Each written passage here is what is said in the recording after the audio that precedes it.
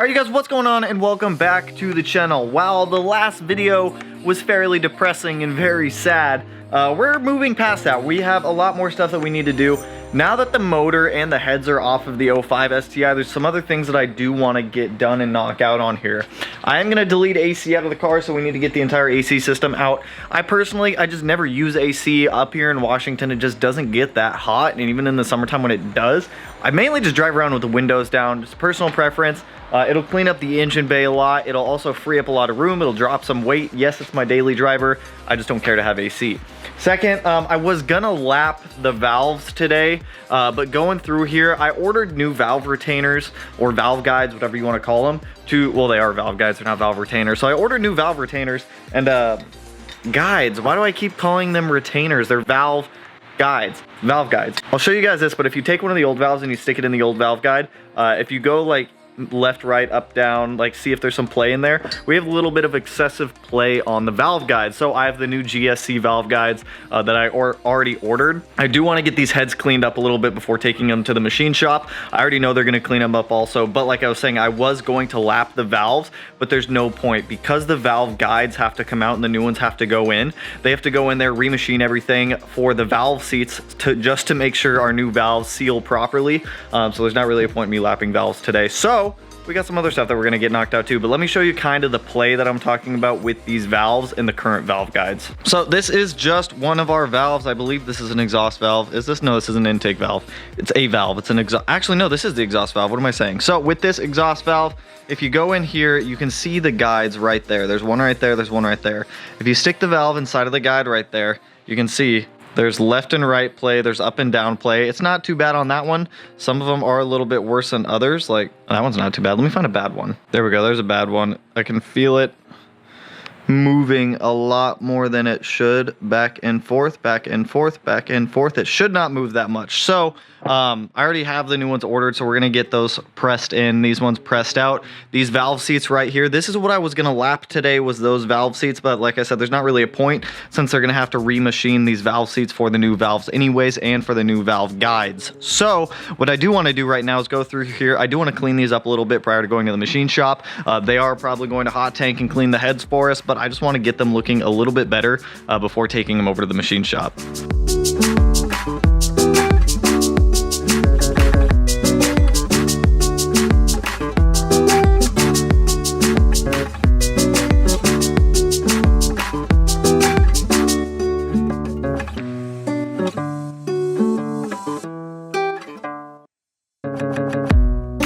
So here is the uncleaned head that I haven't touched yet. It's pretty gross, pretty grimy. Here is the cleaned one. It's not perfect, but it'll definitely make the machine shop, I feel like, a little bit happier just because they're not gonna have to go in there and clean as hard. I also sprayed down the outside of the head with some brake clean and then cleaned all up in there to get any potential like burrs out, any potential like old sealant or anything like that. So I still have to go through and do this head. This one probably took me about an hour to knock out. There was just a lot of like buildup on there, like this old carbon.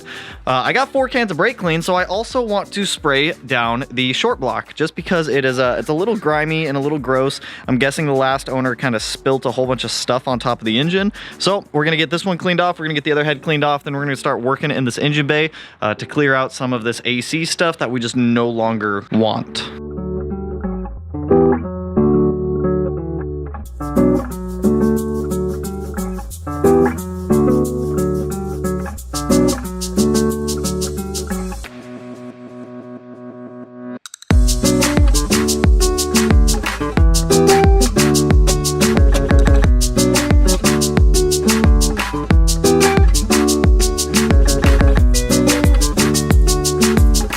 So I cleaned up this block as much as I could. There was just a whole bunch of crusty bits up in all the cracks of where someone prior had spilt oil, coolant, mixtures, fluids, I don't know. But went over it with brake clean, went over it with degreaser and a small brush, got inside all the crevices. I am gonna go over this with another can of brake clean, just to make sure that there's no like material deposits, anything inside of the coolant jackets in here, just because we don't want any contamination getting in our block. So before this goes back in the car, that is going to get cleaned thoroughly. Both heads are also cleaned up as much as I could get them.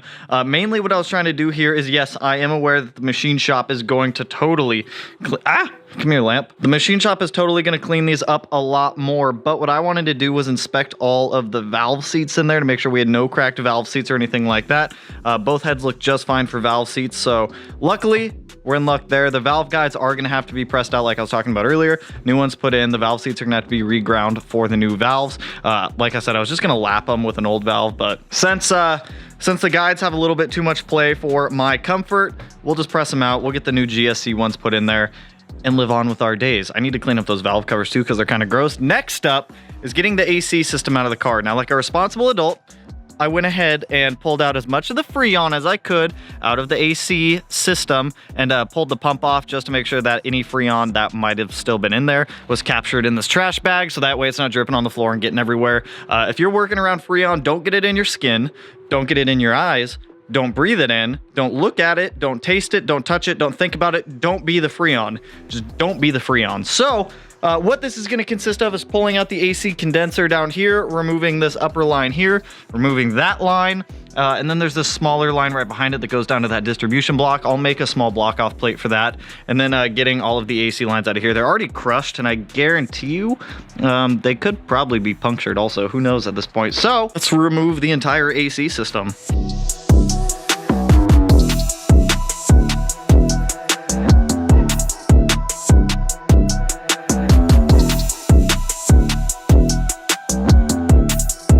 AC system is completely out of the car at this point. Look how much more room and airflow that we have right here now. Insane.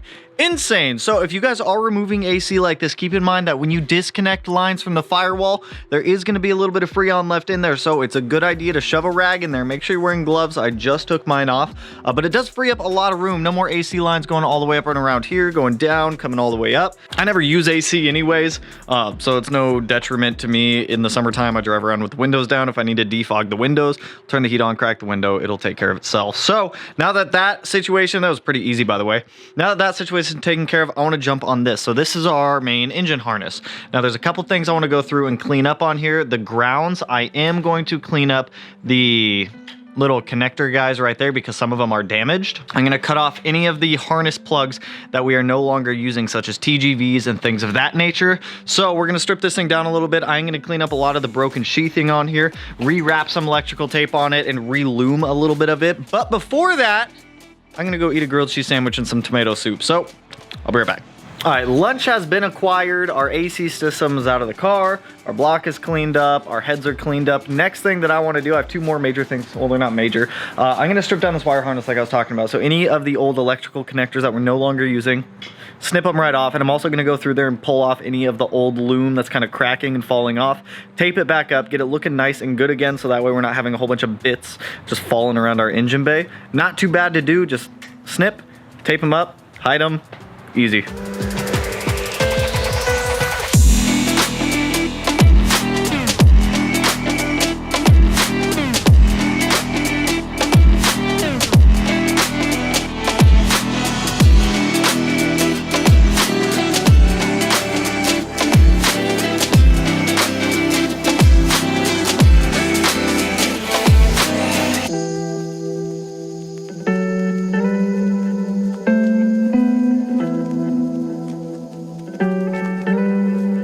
All right, so the harness is cleaned up pretty well, pretty happy with it. Ended up cutting off 5 connectors, but I accidentally threw one away, and I'm not going to dig through the trash to go get it.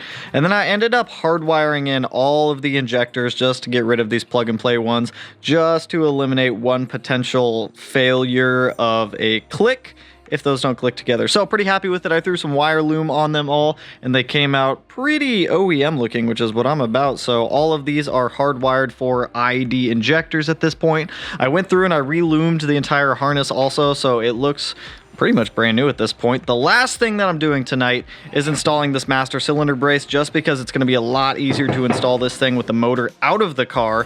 So it's pretty easy. There's just 2 bolts that go there, a couple bolts that go over there. It's adjustable, and then you put in the little screw guy with the little plunger. It pushes up against the master cylinder brace, keeps the firewall from flexing when you're braking. Feels a lot better. So let's get this last part installed and wrap this up, because it's dark and it's cold outside. It's dark and cold out there.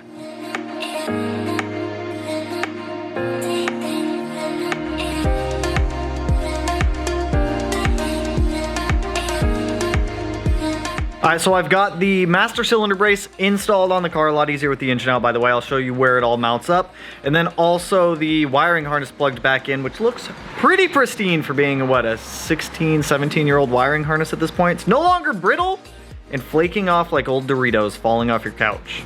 So with this master cylinder brace right here, incredibly easy. One bolt there, and then there's two more on the back side right back there that hold the brace down. And then you just put this one stud right through the actual like alignment side right here with one bolt on each side, and then this little foot that puts pressure on the master cylinder. So that way when you're braking, the entire firewall doesn't like to flex, because in Subarus, they all flex. I need to pull these rags out of here.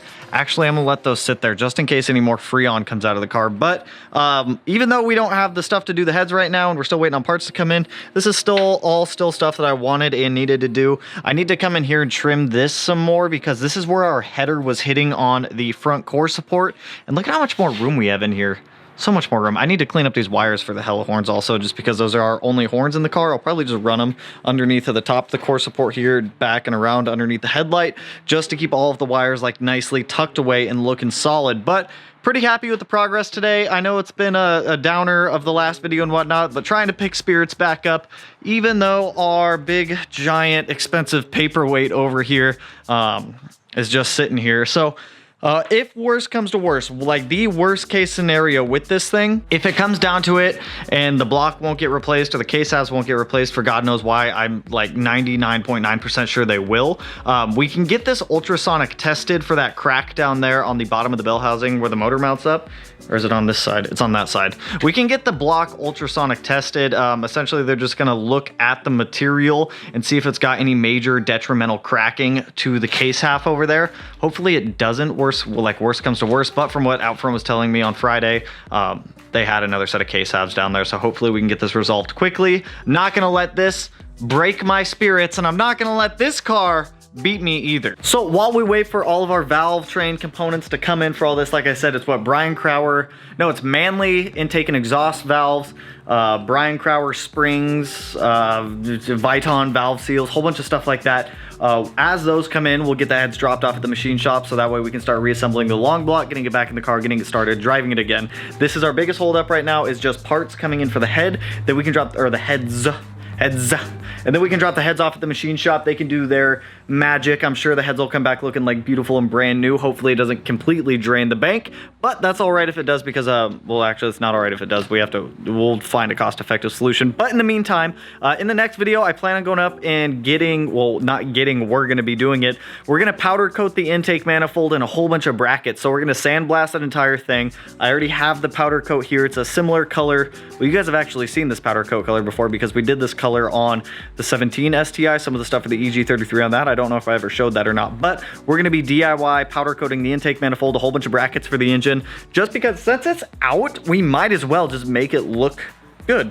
We're gonna paint the engine bay also, so maybe. We'll see. I don't know. If you guys want me to paint the engine bay, let me know and we'll paint the engine bay. I don't know if I want to or not. But anyways, that's all I got for you guys on this one. So even with all of the unfortunate stuff happening, we are still going to be pushing through and making the best of what we can. So if you liked the video, you guys know what to do. Go ahead, hit that like button, turn it black, blue, green, red, orange, purple, cyan, silver, red. I don't see any more color. Pink, whatever color it turns for you guys. And if you're not already subscribed to the channel, hit your boy up one of these corners. No idea which one it's going to be in quite yet, but with that, I'll catch you guys in the next one.